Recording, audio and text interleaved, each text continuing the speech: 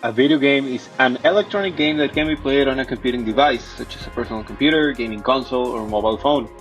Depending on the platform, video games can be subcategorized into computer games and console games. In recent years, however, the emergence of social networks, smartphones, and new technologies have introduced new categories as mobile and social gamers.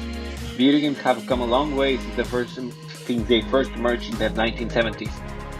Today, video games feature photorealistic graphics and simulate reality to a degree which is astonishing and preoccupying in many cases.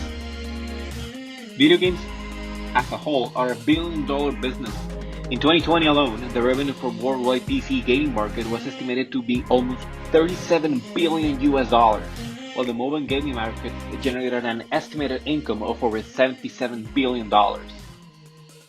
Since the beginning of time, man has tried to imitate reality. We as a species have become obsessed with replicating that of the real world in a fictional one. This has been done throughout forms of expression such as art. An example of this can be throughout drawings, paintings. Then the digital era came with pictures, movies, and now we're getting to a point at which video games are going through the same process. Nowadays, video game companies battle to see who has the better graphics, the better performance, the most RAM, the most accurate and real video game. There comes a point at which we have to ask ourselves, is this truly the right path? There exist two different perspectives to these questions. The first one that believes that maybe we shouldn't keep moving forward, and the second one that states that we must continue to achieve the closest product to perfection.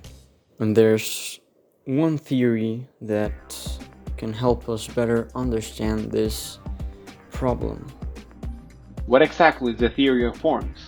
This theory is based around the concept that every object is created around an ideal object, that from that object in specific, many different others could be created. This while remaining constant to the original idea. We all have ideas of what a car is.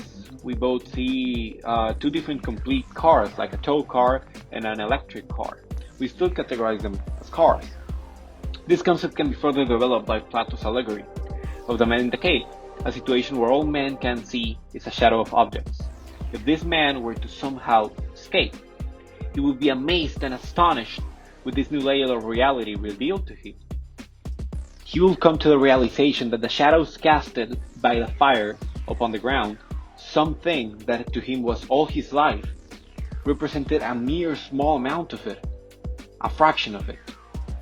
Since this theory was created by Plato, he basically agrees with most of it. His idea of idealism, which could give a start to the thought. Instead of replacing our world and replicating it, why don't we create an ideal one? Separate our concepts from our imagination and make them a reality throughout video games. Plato's point of view and ideas align with this perspective, which is not the same as with Aristotle doesn't believe this idea truly exists, since the theory relies on an object being the base of many different others, while he believes that every object is unique in its own right.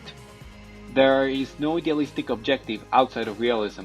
Plus, him being the father of realism, his proposals align with the path of video game industries to keep going until it is indistinguishable from real life.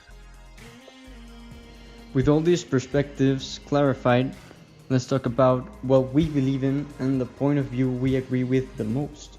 First of all, when looking for information about this topic, we come across the law of diminishing returns.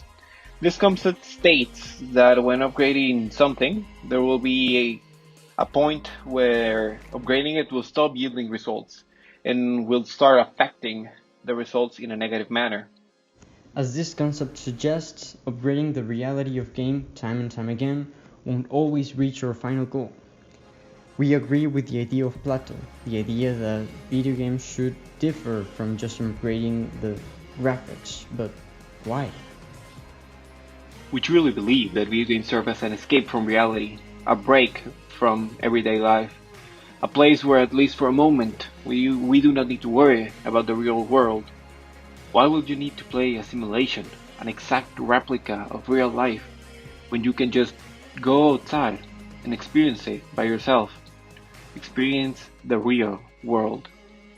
This is why we think art of any form should not reflect reality. The same reason why a painting is more astonishing than a picture, because we see the world reflected through a lens of creativity, which is in our nature. To imagine is an essential part of being humans, and at the end of the day, that's all we are, humans.